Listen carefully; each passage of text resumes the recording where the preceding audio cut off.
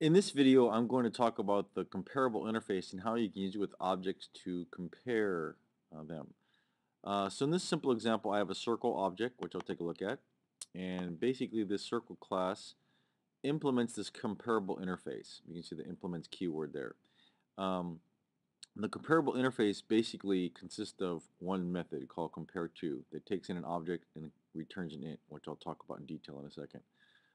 So this circle basically has a radius as a zero argument constructor, a one argument constructor. I have the use of this here to differentiate between the parameter and the only radius for the circle. I have a get area method.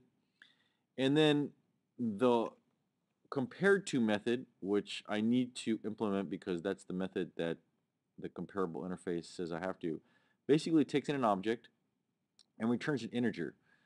We already know how to compare objects with dot equals, but this is a little bit better than that because I can find out if they're less than or greater than.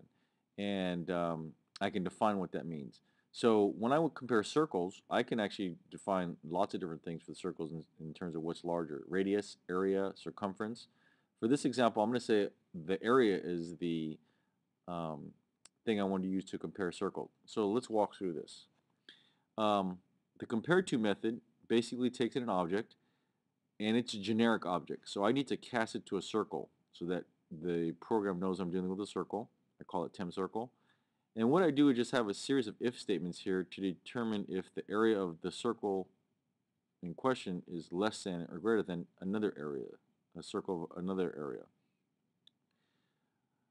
If it is less than, I'm going to return -1, which is the standard return value if it's less than. If it's greater than, I return a +1. And if they're equal, I'm going to return 0. So dot equal would actually do this, but this gives me a little more flexibility because I can determine if it's larger or smaller than another circle. So that's the only new thing that I'm going to add to this circle class besides the standard constructors. And the driver, what I've done here is I've created two circles. I'm going to print their areas. I'm actually going to print the value of compare to so you can see what it is, +1, -1, or -1. And then a series of if statements just to test it.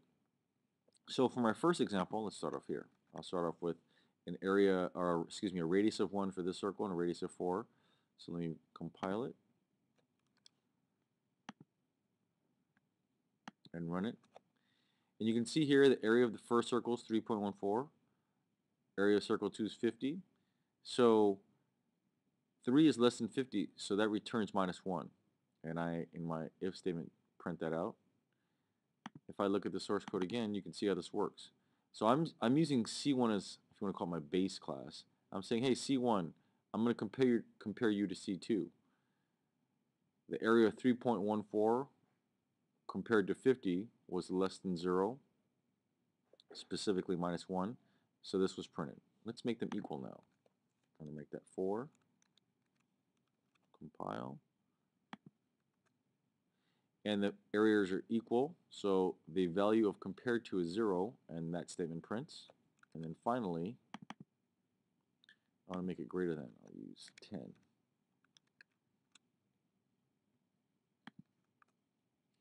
And so this area is now greater than that, so the value of compared to, which is an integer, is +1, and this statement prints from the if statement.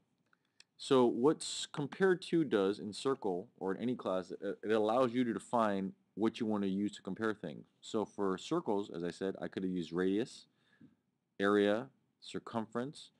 I could have based it on color if I wanted to. If this were a game and I wanted to have a circle of a higher precedence than another circle. If I wanted to use squares, I could have done the same thing with areas and perimeters. So this is the use of comparable in a class, and this is a little test program that you can use to test to see if one object is greater than another.